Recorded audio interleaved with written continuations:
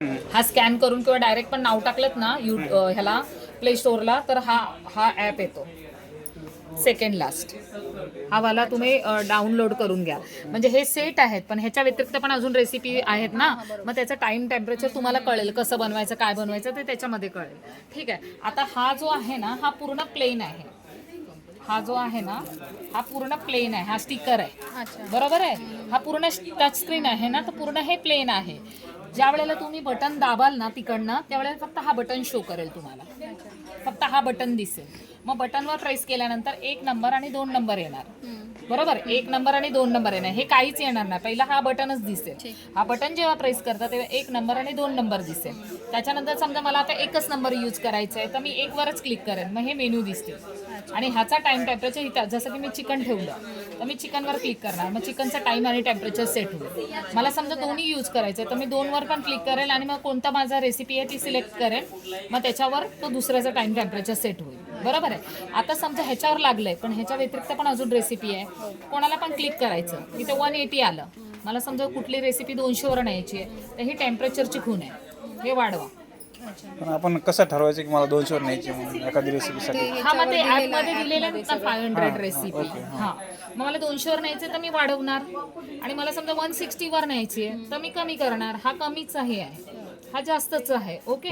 आता समजा मला टाइम कमी जास्त करायचं आहे तर आता समजा ह्याने 35 मिनिटं घेतली तर तुम्हाला कमी करायचं कमी करा, जास्त करायचं जास्त करा. आणि हे कीप वॉर्मचं आहे. कीप वॉर्म म्हणजे काय एखादी रेसिपी बनवली बट आपल्याला आत्ता नाही खायची आहे समजा ह्याच्यासाठी बनवलं आणि हा शाळेतून येणार आहे तर मग कीप वॉर्मवर ठेवणार म्हणजे कुक होणं बंद होईल नाही तर ती ओव्हर कुक होईल. ॲज इट इज गरम राहील. अच्छा.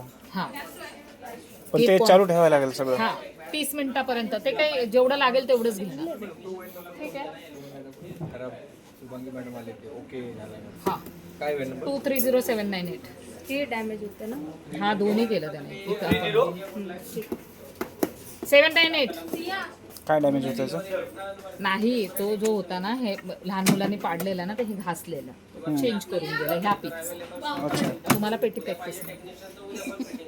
हे पोरं येतात ना आई वडील गॅस स्टोव्ह वगैरे बघेपर्यंत मस्ती करतात मग हातातून पाडतात वगैरे तर प्रॉब्लेम. बाकी तुम्हाला वस्तूची वॉरंटी आहे. तुम्ही अजून 2 वर्ष वाढून घेतलं 4 वर्षापर्यंत काहीच प्रॉब्लेम होणार नाही. ह्याच्यामध्ये सेफ्टी काय मेंटेन ठेवायची? काहीच ठेवायचं गरज नाही. ह्याच्यामध्ये टेक्निकली काय प्रॉब्लेम झाला तुमचा क्लिनिंग हे वॉशेबल आहे. वॉशेबल आहे. काढून पूर्ण वॉश करू शकता. ही जाळी काढायची आहे. हे वॉश करू शकता. देन त्याच्यानंतर ह्याच्यामध्ये तुम्हाला पाहिजे ॲल्युमिनियम फॉईल पेपर यूज करा, बटर पेपर यूज करा. नाही करायचं नका करू. पुन्हा बेकिंग करताना फक्त बेकिंग ट्रे यूज करा कारण बॅटर टाकलं तर ह्याच्या आतमध्ये जाईल. हे पण काढून तुम्ही वॉश करू शकता दोन्ही. काही प्रॉब्लेम नाही. आणि एकदा मॉडेल नंबर टाकून जसं मी आता सांगितलं थोडी आयडिया आली जसं यूट्यूबवर टाकून बघा मॉडेल नंबर 352 तर तुम्हाला अजून आयडिया येऊन जाईल. ठीक आहे. सिया तुम्ही ह्याचा फोटो काढून घेतलंच सर? हा घेतलाय आणि कोडचं पण घेतलंय ना MPNV. याला कनेक्शन वायर आहे पाठीमागे 16 एम्पियरचं. डायरेक्ट ते पिन देणार पिन आणि लावायची बस. पिन लावल्यानंतर फक्त बटन दिसेल. मग बटन प्रेस करा.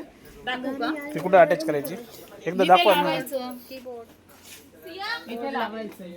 हे बघा अच्छा ते डायरेक्ट आहे पिन लावायची. हो